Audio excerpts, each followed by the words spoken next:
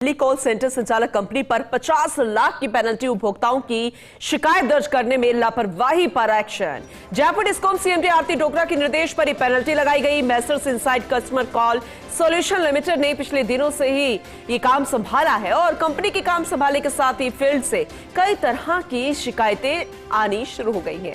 Discom ने शिकायतों के आधार पर जांच करवाई तो फॉल्स क्लोजर, एग्जीक्यूटिव की अनुपस्थिति, उपभोक्ताओं के कॉल रिस्पांस में देरी की पुष्टि हो गई है। तो ऐसे में डिस्कॉम ने रैंडम जांच के आधार पर कंपनी पर 50 लाख की पेनल्टी लगाई है। अब वाकई में अगर पेनल्टी लगाई है तो कैसे भरपाई की जाएगी, कितना ये सीरियस इशू है, ये हम समझने की भी कोशिश करेंगे क्योंकि बड़ी खबर है, अहम जानकारी है। और देखिए, बिजली कॉल सेंटर संचालक कंपनी पर 50 लाख की पेनल्टी लगाई गई है। एसोसिएट एडिटर विकास शर्मा हमारे साथ जुड़ चुके हैं, ज्यादा जानकारी उनसे लेंगे।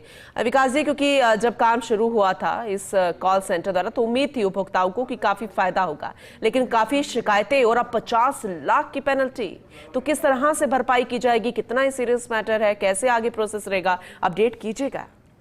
देखिए, बिल्कुल कॉल सेंटर संचालक कंपनी जो है उसने अभी हाल ही में काम संभाला है। पहले संध्या एंटरप्राइजेज काम करी थी, अब inside customer call solution limited ने ये काम संभाला है। और हालांकि कंपनी की जो अगर वर्किंग शैली देखें तो काफी बेहतर इसकी वर्किंग शैली पहले से रही बताए, और इसी आधार पर इसको यहाँ का कॉल सेंटर का काम दिया गया था। लेकिन कंपनी जैसे काम संभाला उसके बाद में कई तरह की गंभीर तरह की शिकायतें मिली। सबसे गंभीर शिकायत ये थी कि उपभोक्ता शिकायत बिजली आपूर्ति में विभाग की शिकायत दर्ज कराते हैं और उन शिकायतों का समयबद्ध निस्तारण करने के बजाय उसको फॉल्स क्लोजर में डाल दिया जाता है, मतलब झूठी शिकायतों को क्लोज कर दिया जाता है। इसके अलावा एग्जीक्यूटिव जो है उनकी अनुपस्थिति, कॉल रेस्पॉन्स जो है उपभोक्ताओं को उसमें देरी समेत कई तरह की शिकायतें थी, जिसकी रैंडम जांच कराएगी।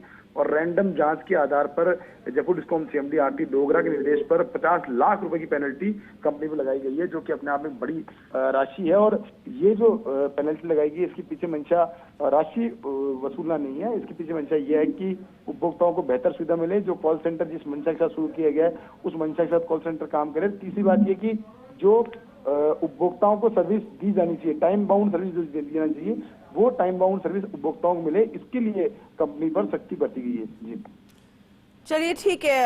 अब ये अगर सख्ती काम करती है, ऐसा कि जो काम की उम्मीद फिलहाल की जा रही है वो बेहतर हो सके, तो वाकई में ये सख्ती अच्छी है। बहुत शुक्रिया विकास जी विस्तार से जानकारी देने के लिए।